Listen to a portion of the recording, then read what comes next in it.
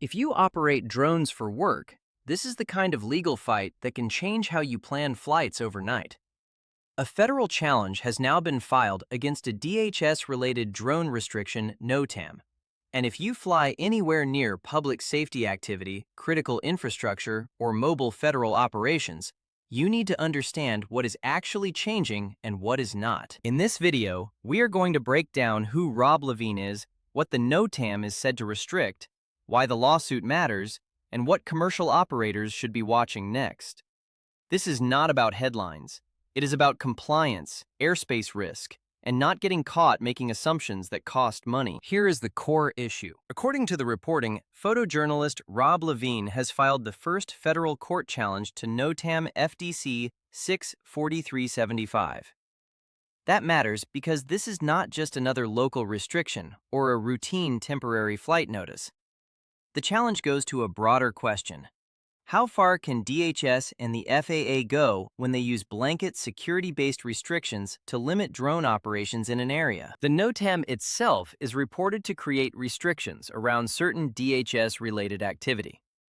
In practical terms, that means a pilot may see an area where drone operations are limited, even if the mission is not obviously tied to a stadium, airport, or traditional no-fly zone.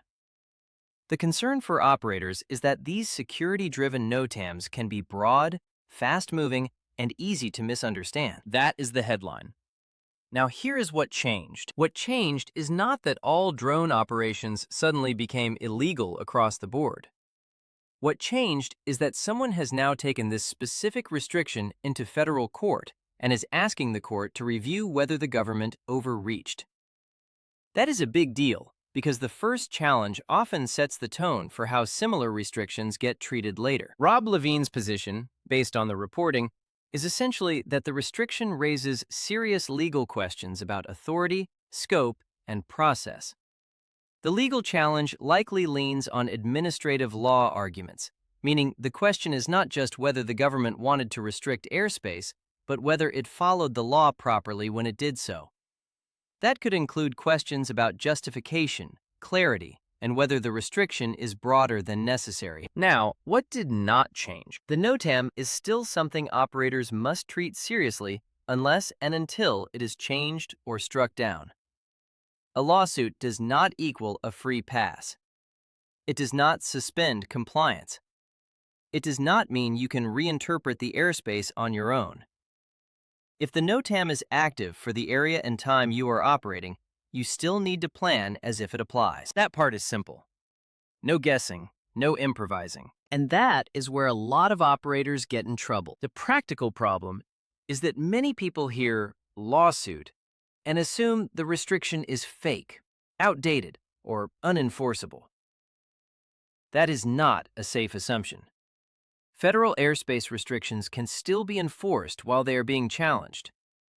For commercial operators, especially those flying mapping, inspection, public safety support, or spray drone missions near facilities or streets with mobile federal assets, the operational risk is real.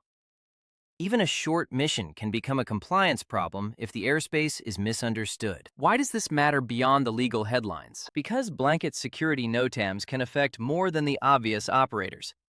Journalists, infrastructure crews, survey teams, agriculture operators working near transport corridors, and spray drone businesses that move between job sites can all be exposed if they rely on outdated assumptions instead of current airspace checks. And there is a broader industry issue here. If DHS and the FAA can use broad restrictions this way, operators want clarity on where the line is. Not because anyone wants to push it, but because uncertainty creates risk. If the rule is unclear, the job gets harder. Insurance questions get harder. Customer scheduling gets harder. And enforcement risk gets harder to manage. So what should operators do next? First, check NOTAMs every time you fly, not just when the mission feels sensitive. Build it into pre-flight, the same way you check weather and equipment. If your team is operating commercially, make it a documented step, not a memory test. Second, read the full restriction, not just the summary. Many operators only see the headline location and assume the whole story. That is how mistakes happen. Pay attention to the dimensions, altitude limits, time window, and any language about exceptions or coordinating agencies. Third, if you need to fly in or near a restricted area, do not assume a waiver exists just because you need one. Verify whether a waiver, authorization, or specific coordination path is actually available. If your operation depends on that airspace, plan early. Last-minute compliance is bad compliance. Fourth, train your team to distinguish between a security NOTAM, a controlled airspace authorization issue, and a local operational concern. Those are not the same thing. Mixing them up creates unnecessary risk. Fifth, keep records.